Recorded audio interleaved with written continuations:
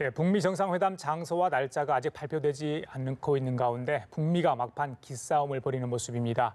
내일 일본 도쿄에서 한중일 정상회담이 예정된 가운데 북한의 최고위급 인사가 중국 랴오닝성의 나렌시를 극비리에 방문한 정황이 포착됐습니다.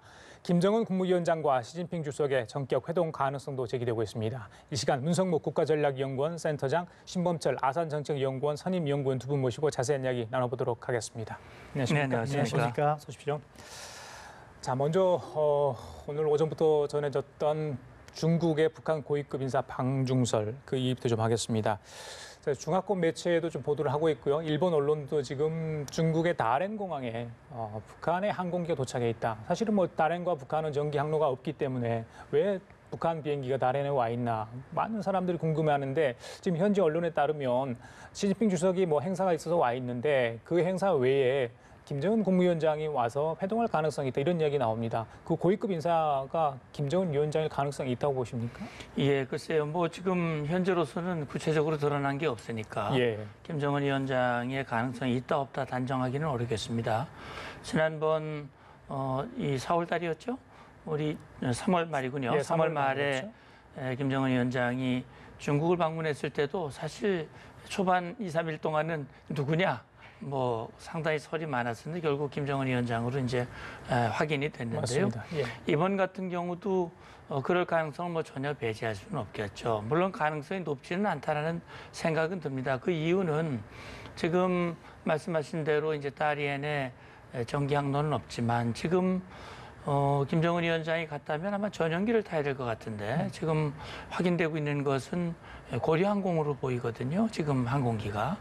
그렇다면 김정은 위원장이 본인이 간 걸 뭔가 위장하기 위해서 일반 고려항공을 탔을 가능성 글쎄 그럴 가능성도 높지 않아 보여요. 왜냐하면 전용기라고 하는 건 독특한 나름대로의 지휘라든지 보안이라든지 여러 가지를 고려해서 통신 그렇게 운영을 하고 있는 것인데 그럴 것 같지는 않고요. 그런 걸로 보면은 지금 하여튼 여러 가지 정황으로 봤을 때는 가능성 또 그렇지 않을 가능성 두 가지 같이 존재합니다만 지금 일단 북미 간의 정상회담 일정과 장소가 정해졌다. 곧 발표될 것이다. 또 북한에 억류되어 있는 미국인이 곧 풀려나올 것이다. 라는 그런 얘기가 나오면서도 자꾸 발표가 미뤄지고 있거든요. 그것이 뭔가 북한과 미국 간에 물밑 접촉에서 접근이 이루어지지 않고 어려움이 있지 않은가. 그것이 결국은 혹시 협상이 결렬될 가능성 또는 협상에 앞서서 미국의 북한의 협상력을 높이기 위한 그런 어떤 의도를 가지고 김정은을 포함한 고위급 인사가 시진핑 주석을 만나서 뭔가 입장을 조율하고 그럴 필요가 있고 또 중국으로서도 김정은 위원장과 빨리 만나고 싶어하는 그런 입장이거든요. 중국이 혹시 소외되는 것이 아니냐, 중국의 영향력이 축소되는 것이 아니냐라는 그런 우려들이 있기 때문에 그런 필요가 일치가 됐다면 어쨌든 김정은 위원장을 포함한 고위급 인사가 다롄을 방문하고 있는 것은 맞아 보입니다. 예, 이게 시진핑 주석이 초청을 했는지 지금 이제 그 중국 첫 자국산 항모 시험운항 그 행사가 있는 걸로 지금 알려지고 있지 않습니까? 그 행사에 김정은 위원장을 초대했는지 아니면 김정은 위원장이 아니라면 글쎄요 군부의 최고 수장급 인사를 불렀는지 전혀 알 수 없는 지금 상황이거든요. 신 교수님 생각은 어떠세요? 예, 문 장군님께서도 말씀을 잘 해주셨는데 정황상으로는 지금 김정은 위원장이 중국을 다시 가서 시진핑 주석을 만나면은 안 됩니다. 왜냐하면은 지금 뭐 고위급 인사 정도가 가서 이렇게 무슨 행사에 참석하거나 중국과 무슨 교류를 한다는 것은 북한의 입장에서는 미국과의 그러한 어떻게 보면 정상회담, 핵 관련 협상에 있어서 자신들의 가치, 레버리지를 높이기 위한 하나의 수단으로 볼 수 있겠지만 김정은 위원장이 그것도 사실 항공모함이라는 것은 원양 해군 그렇기 때문에 미국과 중국 간의 그 세력 경쟁의 한 축이거든요. 거기에 행사에 참석해서 시진핑 주석과 이게 같은 모습을 보인다는 것은 어떻게 보면은 다가올 미국 정상회담에 바람직하지 않은 영향을 미칠 것이거든요. 그래서 아닐 가능성이 저는 높다고 생각하는데 만약에 참석을 한다면은 현재 미국에서 북한에 대해서 보다 강도 높은 뭐 CVID를 PVID로 바꾼다든가 강도 높은 요구 사항이 들어오니까 그것에 대한 불만 표시로서 자신들의 협상력을 높이는 차원이라고 볼 수는 있겠는데 아무튼 전반적으로 다가올 북미 정상회담에는 부정적 영향을 미칠 수 있다. 따라서 저는 고위급 인사일 가능성이 아직 높다고 생각하고 또 예. 그러기를 희망합니다. 예, 만약에 그 김정은 위원장이 맞다고 가정했을 때 정말 왜 이 시기에 갔는지에 대한 약간 설명을 두 분이 해주셨는데 중국으로서도 이 북한이 굉장히 필요한 시점이 아니었나 싶어요. 지금 차이나 패싱 이야기 계속 나오지 않았습니까? 이 북한의 비핵화, 중국 입장에서는 양날의 칼일 텐데 어떻게 보세요? 만약에 이 시기에 김정은 위원장이 찾아서 시 주석과 회동을 했다 하면 중국 입장에서 뭐가 필요했을까요? 그러니까 중국 입장에서는 자기가 북한에 대해서 영향력을 행사하고 있다는 것을 미국에 전하는 것이고 또 북한이 미국과의 협상의 과정에서 중국의 이해를 반영시켜달라 그러한 목소리인 거죠. 네. 지난주에 왕이 외교부장이 김정은 위원장을 만났을 때 한 말이 의미심장합니다. 예. 한반도 평화를 해치는 근본적인 문제를 청산해라 이런 이야기를 했습니다. 그것은 무엇입니까? 과거의 이야기를 이렇게 추정해 볼 때 한미동맹과 주한미군입니다. 그 부분에 있어서 김정은 위원장이 목소리를 높이지 않는다고 보았기 때문에 그 이야기를 해줄 것을 요구한 것으로 보이고 또한 그 과정에서 뭐 종전선언이라든가 평화체제 협상에서 중국도 참여해서 자신들의 이해를 반영하겠다. 그런 이야기를 하고 있는 것이기 때문에 예. 만약에 김정은 위원장이 직접 다시 한번 중국을 방문해서 시진핑 주석을 만나고 뭐 새로운 한국모함 진수식에 참석을 했다는 것은 어떻게 보면은 참 다가올 미국 정상회담이 더 어렵게 됐구나 하는 그런 것을 갖다가 예상케 합니다. 우리 연구 당국도 지금 상황을 예의주시하고 있는 것 같아요. 정말 방문했는지 여부를 주시하고 있는데 지난번에 이제 그 김정은 위원장이 3월달에 방중을 했을 때도 저희들이 뒤늦게 좀 확인했죠. 물론 외교 당국은 알았을 거다, 청와대도 알았을 거다. 저희들이 이제 기자들은 그렇게 해석을 하지만 공식 확인은 잘 안 해주니까요. 맞습니다. 지난번에 이제 4일날 시진핑 주석과 문재인 대통령이 전화 통화를 하지 않았습니까? 좀 늦어졌다 이런 뭐 지적도 있었는데 어떻게든 전화 통화를 했고요. 네. 그 무렵에 혹시 만약 김정은 위원장이 맞다면 이 방중 얘기를 혹시 언급을 했을까? 만약 문재인 대통령이 직접 언급하였다면 다른 뭐 외교 채널로 우리에게 조금 흘렸을 가능성은 전혀 없다고 보십니까? 예, 그것은 뭐 한중 간의 그 친밀한 어떤 친소 관계 이제 그런 건데 뭐 말씀하셨듯이 미국 대통령 또 일본 아베 총리 또 푸틴 대통령까지 통화를 하고 시진핑 주석과는 통화가 안 되는 굉장히 길어지는 그런 상황 속에서 이제 마지막에 통화가 됐는데 역시 그것이 뭔가 이번 남북 정상회담 거기서 나온 판문점 선언 그리고 종전 선언의 남북미 또는 남북미 중 이렇게 했는데 우리 남북한이 종전 선언에 중국을 배제하는 것이 아니냐. 결국은 중국으로서는 한반도 평화 또는 비핵화 과정에서 중국의 목소리, 중국의 입장이 반영되고 중국이 무언가 중국의 어떤 영향력이 강화되기를 원하는 거 아니겠습니까?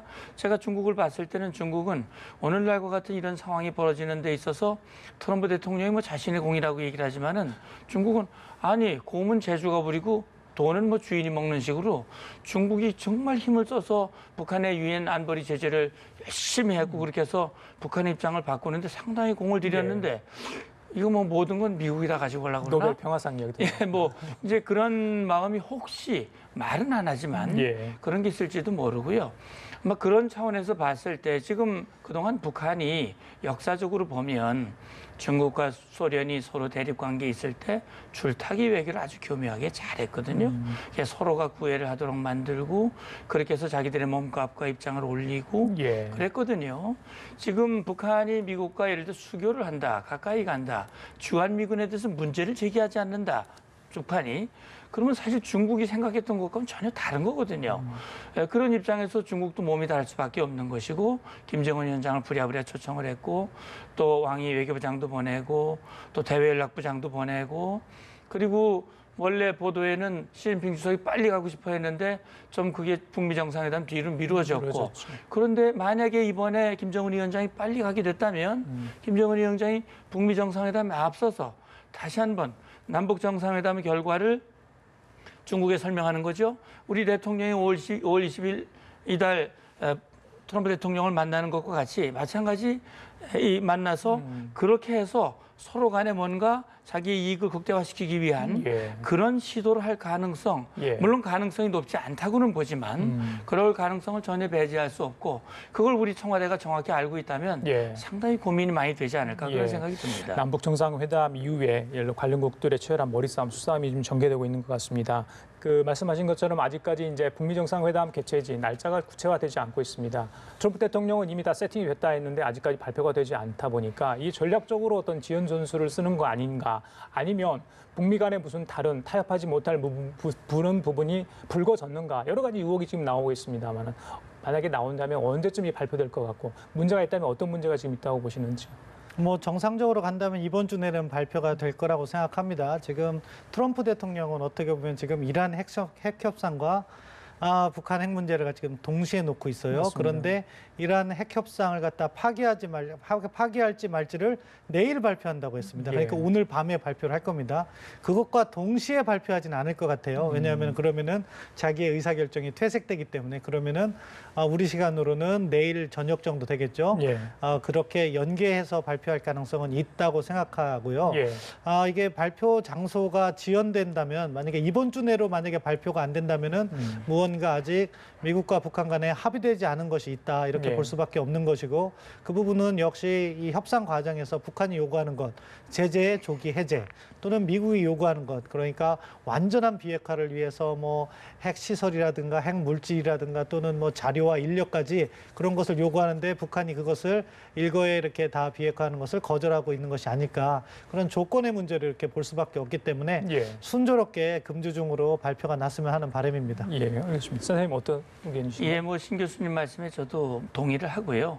결국은 지금 비핵화라고 하는 같은 말을 쓰고 있습니다. 그렇지만 그 비핵화의 개념 차이가 있고요. 그날 비핵화를 이루기 위한 목표 시한과 방법이 굉장히 근본적으로 차이가 있거든요. 그러니까 제가 볼 때는 미국은 어쨌든 빠른 시간 내에 완전한 정말 CVID 방식, 그걸 뭐 CVIID라고 얘기를 하죠. 빠른 시간 내에 완전하고 검증 가능하고 되돌이킬 수 없는 그런 폐기. 거기에 이제 폼페이오는 그걸 C를 P로 바꿔서 예. 영구적인 이런 요구를 하고 있는 거죠. 그리고 짧은 시간 내에 폐기를 하고 역시 북한에 대한 보상은 폐기 후에 주겠다라고 하는 것이 미국의 확고한 입장이고, 북한은 아마 그렇지는 않은 것 같아요. 비핵화를 하긴 하되 그걸 잘게 좀 잘라야 된다. 최소한 2-3개로 자르고, 그다음에 하나 할 때마다 단계적으로 보상, 동시적으로 해달라라고 하는 요구. 이것이 아마 지금 맞서고 있는 것 같고요. 예. 역시 장소와 날짜의 발표는 일방적으로 할 수 있는 건 아니거든요.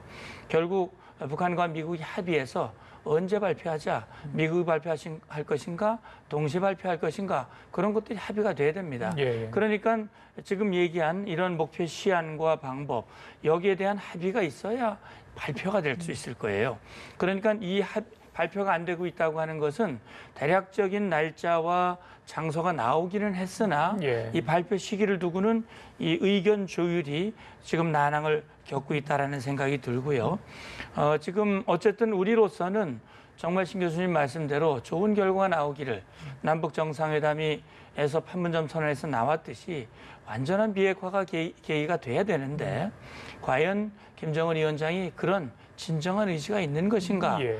결국 이것이 자꾸 질질 끌고 김정은 위원장이 줄타기 하면서 중국에 가서 자기 몸값 높이려고 하고, 이런 식으로 하면 결국 그동안 김정은 위원장의 말은 허언에 가까울 가능성이 높아진다. 예. 다시 말하면 진정한 비핵화 의지가 없는 것 아니냐. 예. 시간 끌기 하면서 과거의 핵은 그냥 쥐고 있으려고 하는 것이 아니냐. 예. 그런 의구심이 많아질 수밖에 없는 거죠. 신 교수님. 일단 트럼프 대통령이 이 소위 말해서 북미 정상 이전과 관련해서 한반도 문제와 관련해서 여론조사를 해봤더니 굉장히 높게 나왔어요. 그러니까 지지율이 좀 올라가는 추세거든요. 이거를 그러니까 북미 정상 이전까지 최대한 극대화해서 어떤 그 국내적인 홍보 효과를 활용할 수 있는 부분도 있을 것 같고요. 최근에 폼페이오 국무장관과 또 백관 안보보좌관이 있었잖아요, 볼턴. 예, 같은 그분들 입에서 계속해서 PVID 이야기 나오고, 그다음에 WMD 또 계속 이야기 나오고 있거든요. 이거는 협상 전술입니까? 아니면 다른 이유가 있는 겁니까? 먼저 트럼프 대통령 이야기를 말씀드리면은 아마 극적으로 발표하길 희망할 겁니다. 그래서 그 과정에서 자기가 정말 중요한 역할을 했고, 이것의 주인공은 바로 자기다, 나야 나, 이것을 강조하고 싶을 겁니다. 그래서 뭐 시간을 조율하는 것일 수도 있고요. 미국 측에서 PVID 이야기하는 것은 사실 시작은 폼페이오 국무장관의 국무부 장관 취임사에서 시작됐습니다. 예. 그것을 존 볼튼 국가안보부장이 다시 받았어요. 그래서 무언가 새로운 변화가 있는 것이 아니냐. 단어 자체의 뉘앙스는 완전한에서 영구적인을 강조했다는 것은 북한이 다시는 핵을 개발할 수 없도록 뭐 인력이라든가 어떻게 보면은 데이터같이 다 파괴하겠다. 그러면서 북한의 또 다른 능력, 다른 WMD 능력인 생화학 무기까지도 이야기하고 있는 상황인데요. 뭐 그런 부분은 미국의 입장에서는 협상 전술일 수도 있고 아무튼 협상 전술이라면 무엇이냐? 그렇게 많은 요구사항을 하면서 비핵화만큼은 확실히 얻어내겠다는 미국의 협상 전술일 수 있습니다. 예. 또 다른 한편으로는 뭐 주한미군 문제도 나오곤 했는데 이번 기회에 북한의 위협을 정말 끝내겠다. 대신에 미국도 줄 수 있는 카드를 모두 준비해서 다 준다. 어떻게 보면은 빅딜을 한번 해보겠다는 미국의 준비일 수도 있고요. 예. 저는 그런 방향이라면 바람직하다고 생각합니다. 근데 아직 이것이 아주 정교하게 정립된 건 아닌 것 같아요. 왜냐하면 오늘 새벽이었죠.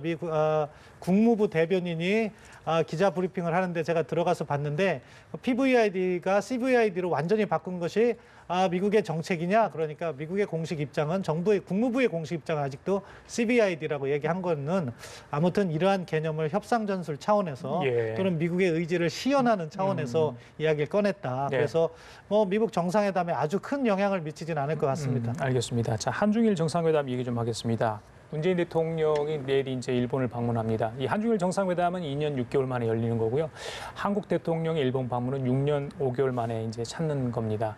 글쎄요, 굉장히 이제 뭐 의미가 있죠. 특히 이 정국 안에서 열리고 있는 한중일 정상회담인데 역시 북한 문제, 특히 이제 비핵화 관련 얘기가 나올 것 같습니다. 일본 측 주장이 굉장히 좀 낯설기도 하고요. 더 강력한 비핵화를 요구하고 있는 것 같은데 이 안에 특별 성명 안에 뭐가 담길지 그 부분도 좀 궁금한데 내일 어떻게 회담이 좀 전개될 거로 생각하십니까? 예, 말씀하신 대로 한중일 정상회담이 사실은 이걸 틀을 만들고 뭐 사무국도 만들고 그 사무국장을 나라별로 돌아가면서 하도록 정례적으로 개최하기로 합의했지만 사실 삐걱거리면서 제대로 가동이 안 되고 있는 건데 예. 어쨌든 2년 6개월 만에 개최됐다는 건 굉장히 좋은 일이라고 생각을 합니다. 한중일 3국은 지리적으로도 가까울 뿐만 아니라 문화적으로도 동질성이 많고요. 특히 경제 분야에서 서로 이 협력하고 또 공동 번영해야 할 그런 여건이 있는 거거든요. 그래서 3국의 그 GDP를 다 합치면 아마 대단한 규모가 될 겁니다. 전 세계에 엄청난 그 규모가 되는데 여기서 뭔가 정말 힘을 합치고 뭔가 상부상조할 수 있는 그런 여건이 될 수 있다면 참으로 좋은 일입니다. 역시 우리의 관심은 한중일 3국이 모여서 지금 당면한 북한의 비핵화 문제에 대해서 이제 3국 정상이 어떻게 합의하고 그것을 성명에 명문화하느냐 하는 것이 이제 관심이거든요.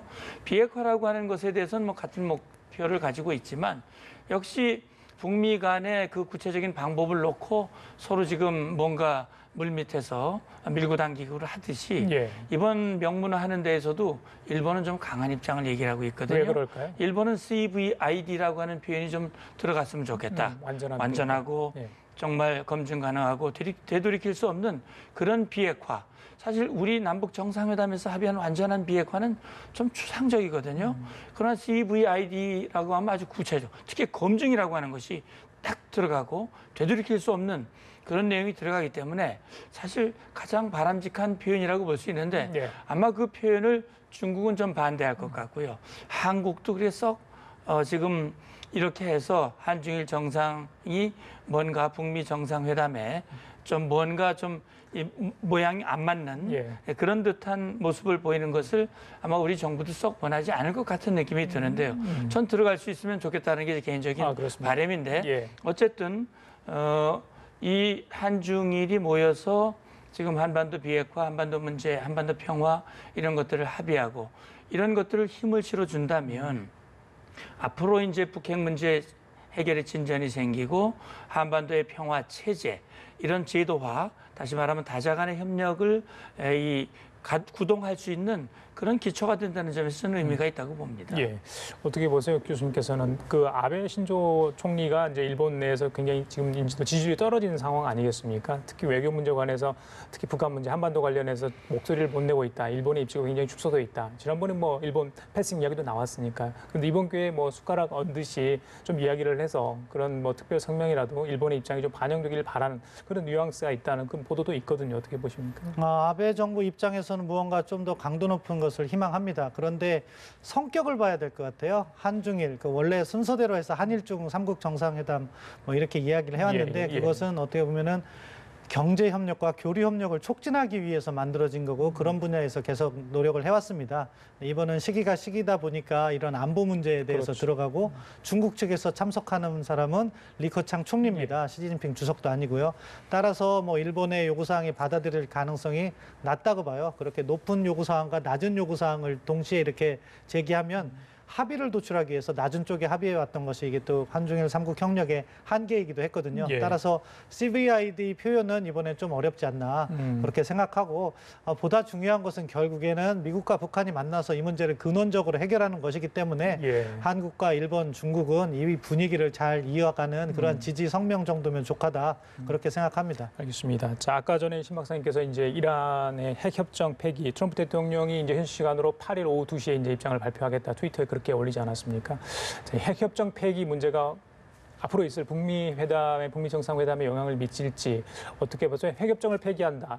이게 북한 비핵화를 저희들이 이제 바라는 과정에서 이게 정말 맞는 건지 그 부분, 그다음에 미국이 약속했던 부분이 지금 돌이키는 거 아니에요? 전 정부 얘기를 다시 돌리는 부분인데 그래서 북한이 과연 그 부분에 신뢰를 할 수 있겠는가 여러 가지 얘기가 좀 나오고 있거든요. 어떻게 보십니까? 예, 북한으로서는 불만을 표시할 겁니다. 미국과 합의를 한다고 하더라도 결국 미국이 위반할 수 있다.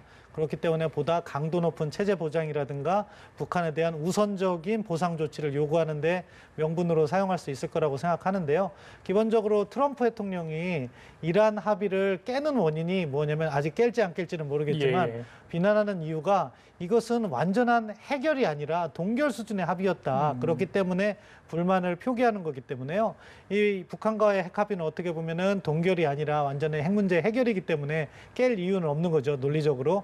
다만 북한이 그 부분을 갖다가 계속 강조하면서 보다 이른 시기에 미국의 체제 보장이라든가 제재 완화 같은 보상을 요구할 가능성은 충분하다고 생각하고요.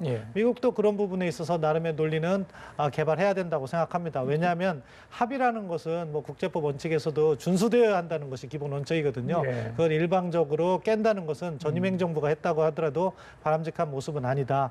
따라서 트럼프 행정부도 고민을 하고 있을 거라고 생각합니다. 이것을 일단 깨더라도 18개월 이내에 새로운 조치에 합의하면은 또 문제가 없을 수도 있기 때문에 그러한 접근을 하는 것이 아닐까도 지켜봐야 될 부분도 있다고 생각합니다.